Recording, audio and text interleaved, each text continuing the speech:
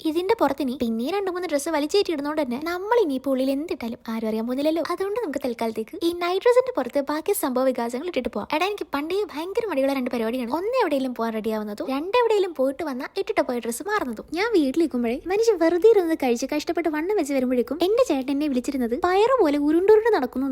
ഇതിപ്പോ ഈ ജാക്കറ്റ് എല്ലാം കൂടെ വലിച്ചേറ്റിയപ്പോ എനിക്ക് ശരിക്കും തോന്നുന്നുണ്ടാ ഒരു പയറ് പോലെ ആയിരുന്നു ഞാനിവിടെ വന്നിട്ട് 2 ആഴ്ചത്തോളം വീട്ടിൽ അടയിരുന്ന ശേഷം എന്റെ ഭർത്താവിനെ നയാഗ്ര കാണാൻ കൊണ്ടുപോകാണ്. ഈ ഭർത്താവ് എന്നുള്ള പ്രയോഗം അധികം ഉപയോഗിക്കാത്തതുകൊണ്ട് തന്നെ പറയുമ്പോ തന്നെ എന്തൊക്കെയോ പോലെ ആവുന്നുണ്ട്. എടാ, ക്രിസ്മസ് ആവാറായോണ്ട് തന്നെ അവിടെ കുറെ ക്രിസ്മസ് ട്രീസ് ഉണ്ടായിരുന്നേ. പിന്നെ കുറെ റൈഡ്സും എന്റെ കണ്ണും മഞ്ഞളിച്ചു പോകുന്നുള്ള കുറെ ഷോപ്സുകളും. ഇതൊക്കെ കണ്ടാൽ തന്നെ എനിക്ക് വിരൽ പിടിക്കും. പക്ഷെ നമ്മൾ എല്ലായിടത്തും കയറിയില്ലേ. അത് പിന്നെ ചേച്ചി ഒരുങ്ങി ഇറങ്ങിയപ്പോഴേക്കും സമയം തീരെ വൈകാത്തത് കൊണ്ട് തന്നെ നമ്മൾ അങ്ങ് എത്തിയപ്പോഴേക്കും രാത്രി. സത്യം പറഞ്ഞ അവളുടെ എല്ലാ കടയിലും കയറി എനിക്ക് ഇറങ്ങണം എന്നുണ്ടായിരുന്നു. ഒരുപാട് റൈഡ്സും പിന്നെ കുറെ ബ്യൂട്ടിഫുൾ സ്വീറ്റ്സിന്റെ ഐസ്ക്രീംസിന്റെ ഷോപ്പ് ഉണ്ടായിരുന്നു. ഒരു ചോക്ലേറ്റിന്റെ കടയിൽ കയറിയടാ. ആ കട മൊത്തത്തിലൊന്നും എനിക്ക് എഴുതി തന്നായിരുന്നേ കൊള്ളാരെന്ന് തോന്നി. പിന്നെ ഒരു ദിവസം കൊണ്ടേ റൈഡ്സിലൊക്കെ കയറ്റാന്ന് പറഞ്ഞിട്ടുണ്ട്. കണ്ടറിയാം.